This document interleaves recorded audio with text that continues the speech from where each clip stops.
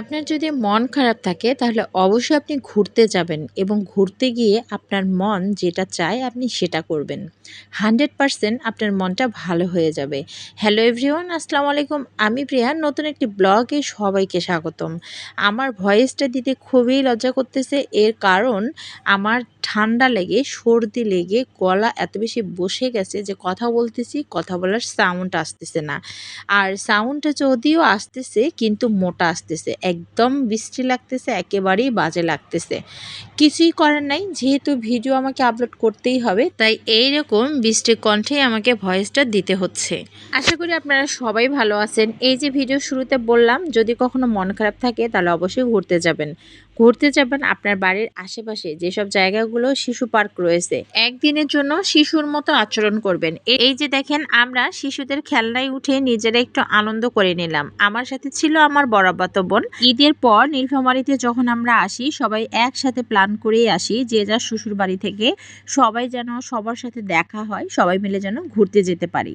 তো এবারও এর ব্যতিক্রম নয়, আমরা সেভাবেই প্ল্যান করে গেছি, সবাই মিলে একসঙ্গে হয়েছি আর সবাই মিলে দিনাজপুরের দ্য গ্র্যান্ড নিউ দাদু বাড়িতে চলে গেছি। এটা সবাই বলে দিনাজপুরে, কিন্তু আসলে দিনাজপুরে অত বেশি যেতে হয় না। আপনারা 10 মাইলে গিয়ে মৃত্তিকা অফিসের নামলেই আপনারা দেখতে পাবেন বিশাল বড় একটা সাইনবোর্ডের মধ্যে দ্য গ্র্যান্ড নিউ দাদু বাড়ির রাস্তাটা ওখানে আছে, এবং দ্য গ্র্যান্ড নিউ দাদু বাড়িতে অসংখ্য লোক চাকরি পেয়েছে, যাদের কর্মসংস্থানের বৃদ্ধি করেছেন। যে এই দ্য গ্র্যান্ড নিউ দাদু বাড়ির মালিক, তাকে আমি অসংখ্য ধন্যবাদ দিব।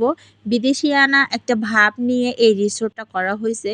আর সবচেয়ে বেশি ভালো লাগছে, রিসোর্ট যেমনই হোক না কেন, এখানে অনেক বেকার যুবক যুবতীর কর্মসংস্থানের ব্যবস্থা করে দিয়েছেন। আপনারা খেয়াল করে দেখবেন, হোক পিকনিক কিংবা রিসোর্ট, যেটাই হোক না কেন গ্রামের ভিতরেই হয়, কারণ অনেক বড় এরিয়া শুধুমাত্র গ্রামেই পাওয়া যায়। শহরে কিন্তু একসঙ্গে এত বড় এরিয়া পাওয়া যায় না।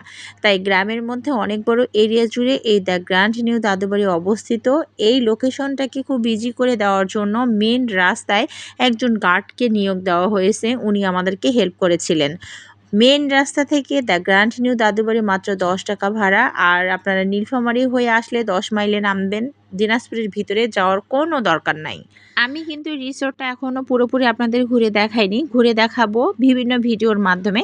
কারণ একটা ভিডিওর মাধ্যমে যদি পুরো রিসোর্টটা ঘুরে দেখাই তাহলে ভিডিও অনেক বেশি লং হয়ে যাবে। তখন কিন্তু আপনারাই নিজেরাই বিরক্ত হয়ে যাবেন যে এত লং ভিডিও কেউ ফেসবুকে আপলোড করে নাকি। এর জন্য আমি আস্তে আস্তে সবগুলো ভিডিও, কোথায় কি কি করলাম, কোথায় সময় ব্যয় করলাম, কোথায় খাইলাম এবং ঘোরাঘুরি শেষে কোথায় আমরা থাকলাম রাতের বেলা, সেটাও শেয়ার করব। তো আপনাদের ভিডিওটি ভালো লেগে থাকলে অবশ্যই একটা লাইক কমেন্ট করবেন, কারণ আপনাদের একটা লাইক একটা কমেন্টের মাধ্যমে এই ভিডিওগুলো রিচ বাড়ে। যাই হোক, তেমন কিছু বলবো না। আমরা রিসোর্টে আসছি সর্বমোট 14 জন, আর এই 14 জন রাতের বেলা কার বাসে উঠলাম, কিভাবে ঘুমালাম, কিভাবে খাইলাম, সেগুলো আপনাদের দেখাবো। আপনারা ভালো থাকবেন, সুস্থ থাকবেন। আল্লাহ হাফেজ, আসসালামু আলাইকুম।